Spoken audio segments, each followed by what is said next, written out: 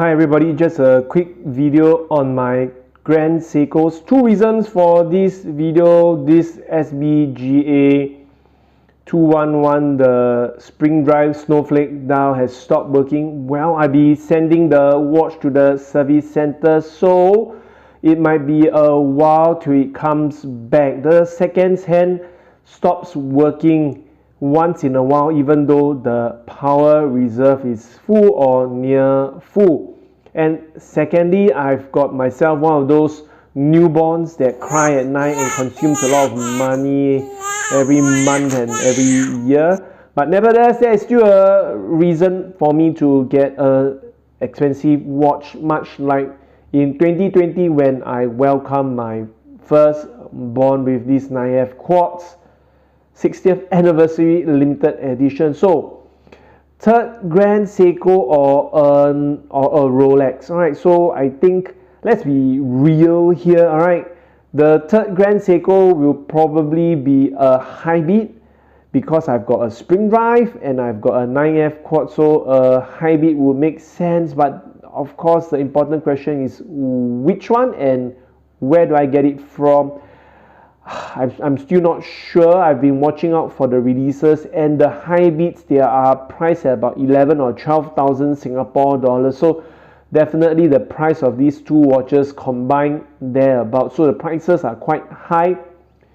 If I know of someone going to Japan, it'll be a good way for me to cut costs by piggybacking a purchase from Japan. The prices are much more competitive there because of the tax as well as the weak yen, even though the yen has been strengthening a bit more. And eventually both any of the watches, should they have issues, they will be sent back to Japan for that pricey flight for servicing. A Rolex, the problem with the Rolex is that you don't really, there's nothing available at retail price. I've been talking to you about the Datejust 36 or Datejust 41, the one with the fluted bezel and the motif down, but so far nothing coming out from my friends, and I'm too shy to head into the boutique to ask. They don't really seem to be in the mood for business. I've visited the MBS, the Marina Bay Sands Rolex outlet, and very often there's a sign saying that there's a private event going on. I'm not sure what private event is going on there, perhaps an art exhibition, right? So the brand experience for Grand Seiko, yes, I didn't buy these watches from the official boutique. The Grand Seiko boutique was opened in 2021 or 2022, after my two purchases. All right, so I cannot talk about the boutique experience, but I would say that once you get your first Grand Seiko, join their Facebook group. Their moderators are very kind. The people there are very, friendly. I would say that, based on my limited experience, it speaks about the people that buy Grand Seiko. The danger of joining the Grand Seiko Facebook group is that you would end up being incepted, being planted with the idea that you need to buy more Grand Seikos. So that is the danger you will want. So in terms of where, I would say that it is a titanium watch, so it might feel a bit high on my wrist, but you cannot feel it on the wrist also at the same time because it's 30% lighter compared to stainless steel. Let me just do a quick wrist roll. 6¼ inch wrist, Grand Seiko sign on the buckle. Many scratches on the titanium bracelet.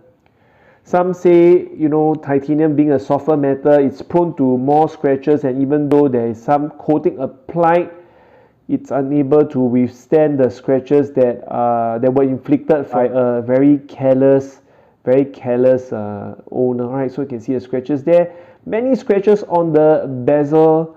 Some have suggested that I send it for a full polishing, and then that will thin out the case a bit, but still better than a scratch out Grand Seiko. The indices, if you are mindful enough, those people who are wearing Grand Seikos, because the indices, the applied indices do really catch the light and then they reflect it into your eyes. I must have spotted 3 or 4 Grand Seikos in a while, even though I wasn't noticing, because of the way the indices play with the light, to use a cliche.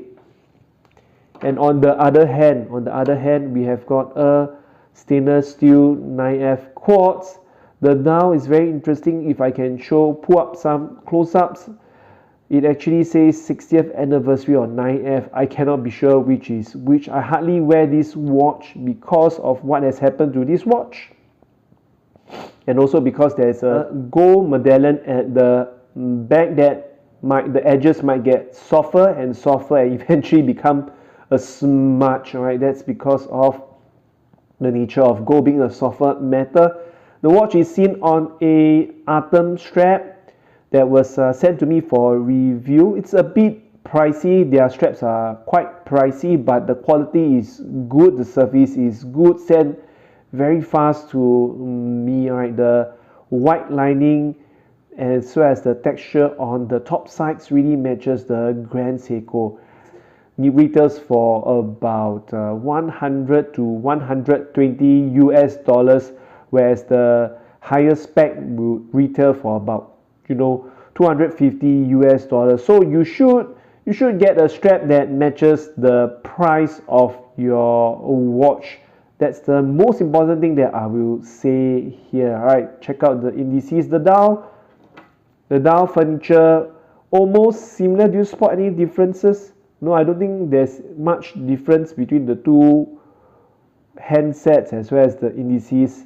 A star at the bottom. I did consider also getting an Omega constellation, but very specifically a Globe Master, because it also has got a star at the 6 o'clock position, but there's nothing new coming out from Omega, and it's about 12 to 15k a pop, and I'm not sure the servicing cost on the Globe Master constellation. So I will be sharing with you the quotation for the servicing cost for this Grand Seiko. I will be sharing with you some shots, so stay tuned. So that is the Seiko Service Centre building. That is the 31 Ubi Road 1. I took a bus to block 3019. Alternatively, you can just get down at MacPherson MRT, which is about 200-300 meters walk. Alright, I'm just going to cross the road and enter the building. The service center is on the second level. Note it says Dongxia, who is the exclusive distributor of Seiko, Grand Seiko in Singapore. The service center very sparsely furnished. I don't think there are many watches there. I saw a few service technicians moving in and out. I thought this was the legendary Seiko diver that was made in Singapore, or had the made in Singapore logo at the 6 o'clock. The bill was $1,260 or almost 1,000 US dollar for a trip to the factory in Japan. I also had a quotation for my Seiko diver. This was my first mechanical watch. I was quoted 175 Singapore dollars, or about 120, 130 US dollars. I ended the day with my Casio as well as some chicken rice nearby. So I hope you enjoyed the video. I will see you in the next one. Cheers.